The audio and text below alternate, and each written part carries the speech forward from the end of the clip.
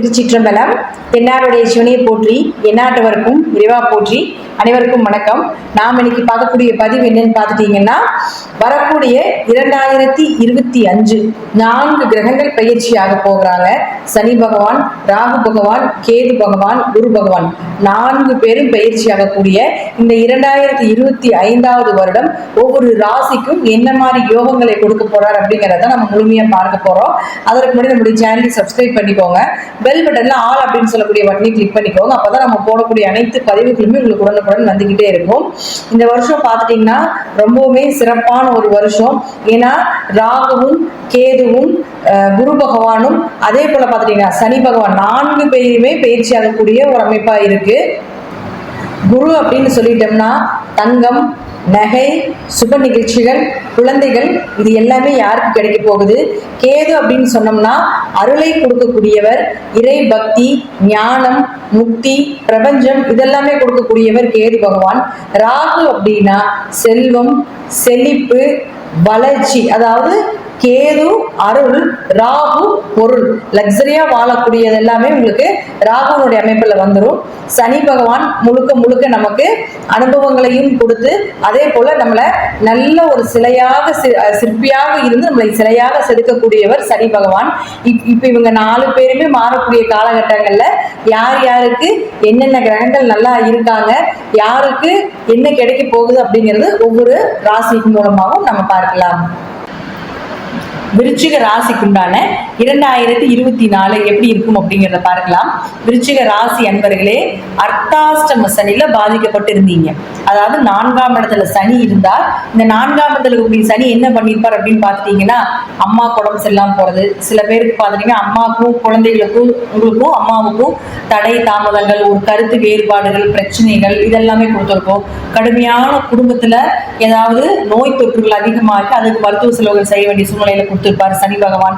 அதே போல வீடோ மனைகளோ சொத்து சுகங்கள் சார்ந்த பிரச்சனைகள், பூர்வீகம் சார்ந்த சொத்து பிரச்சனைகளை கொடுத்திருக்கிறதுக்கு உண்டான வாய்ப்புகள், ஒரு இடமாற்றம், வீடு மாற்றம், வண்டி வாகனங்கள் மாற்றம், வண்டி வாகனத்துக்கு நிறைய செலவு செஞ்சது, இதெல்லாமே இந்த அர்த்தாஷ்டம சனியில கொடுத்திருப்பார்.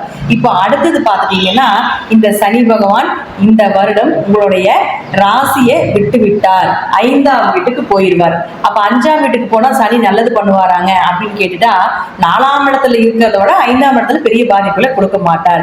5ஆம் இடம் அப்படிங்கிறது உங்களுடைய குழந்தைகள், குலதெய்வம், அதிர்ஷ்டம், குடும்ப ஒற்றுமை இதெல்லாம் சொல்லக்கூடியது 5ஆம் இடம். 5ஆம் இடம் அப்படிங்கிறது உங்களுடைய தாத்தா பாட்டியை சொல்லக்கூடிய இடமும் கூட 5ஆம் இடம் தான். அப்ப அந்த 5ஆம் இடத்துல சனி வரக்கூடிய காலகட்டங்கள் இது.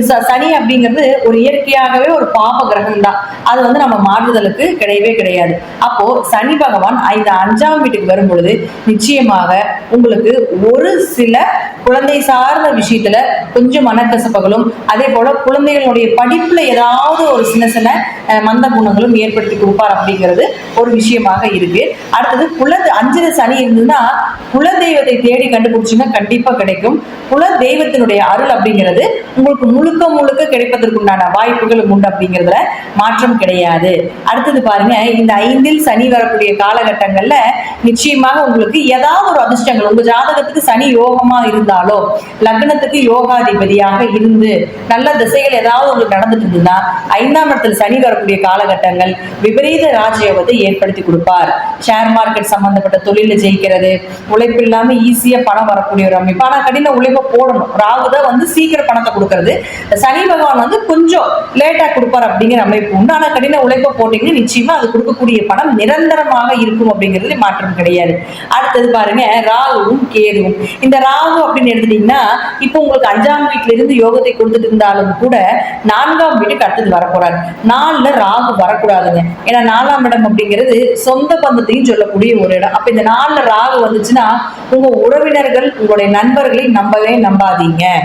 அப்போ சொந்த இடத்துல இருந்து ஒரு இடமாற்றத்தை பண்ணக்கூடிய ஒரு அமைப்பை ராகு ஏற்படுத்தி கொடுப்பார். யாராவது வெளிநாடு வெளியூர் பயணங்கள், தொழில் மாற்றம் பண்ணலான் இருக்கிறீங்க, தொழிலுக்காக வெளிநாடு வெளியூர் போலான் இருக்கீங்க அப்படின்னு நீங்க நினைச்சீங்கன்னா நிச்சயமாக இந்த ராகுவும் கேதும் இந்த காலகட்டத்துல சப்போர்ட் பண்ணும். அப்ப அடுத்தது பாருங்க, அப்படியே கேது உங்களுக்கு 10ஆம் வீட்டுக்கு வந்துடுவார். அப்ப கேது 10ஆம் வீட்டுக்கு வரும் பொழுது தொழில சின்ன சின்ன தடைகளை ஏற்படுத்தி கொடுக்கும். இருப்பினும் உங்க ஜாதகத்துல ராகுக்கும் கேதுவுக்கும் எப்பவுமே வீடுகள் கிடையாது. அவங்க 2 பேரும் நிழல் கிரகம்னு நாம சொல்றோம். அப்போ உங்க ஜாதகத்துல ராகுவுக்கு இங்கதான் ராகு இந்த இடத்துக்கு வந்துருவார். அடுத்தது ராகுவுக்கு வீடு கொடுத்த சனி பகவான் உங்க ஜாதகத்துல நல்லா இருந்து விட்டால் நிச்சயமாக இந்த ராகுவால வரக்கூடிய கெடுபலன்கள் கொஞ்சம் குறைவு.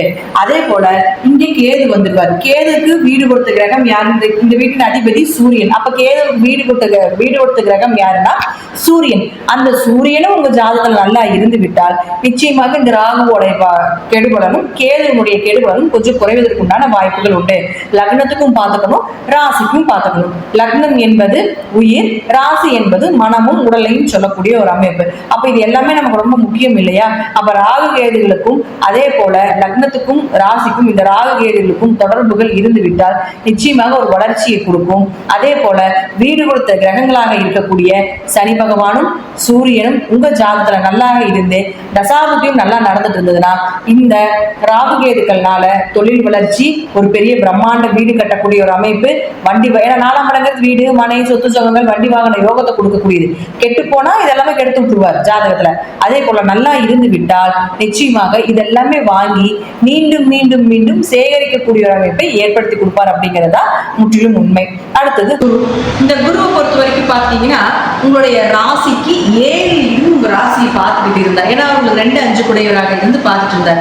அடுத்தது பாருங்க, உங்களுடைய ராசிக்கு 8க்கு போக போகிறார்.